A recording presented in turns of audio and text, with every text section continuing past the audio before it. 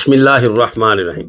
آپ نے کبھی سوچا ہے ہم دن رات دنیا کے پیچھے بھاگتے رہتے ہیں، یہ کر لیں، وہ کرنا تھا، یہ کرنے والا رہ گیا، لیکن دل کو سکون نہیں۔ دولت بھی موجود ہے، دل بے چین ہے، رشتے بھی ہیں، لیکن خوشی نہیں۔ آخر کیوں؟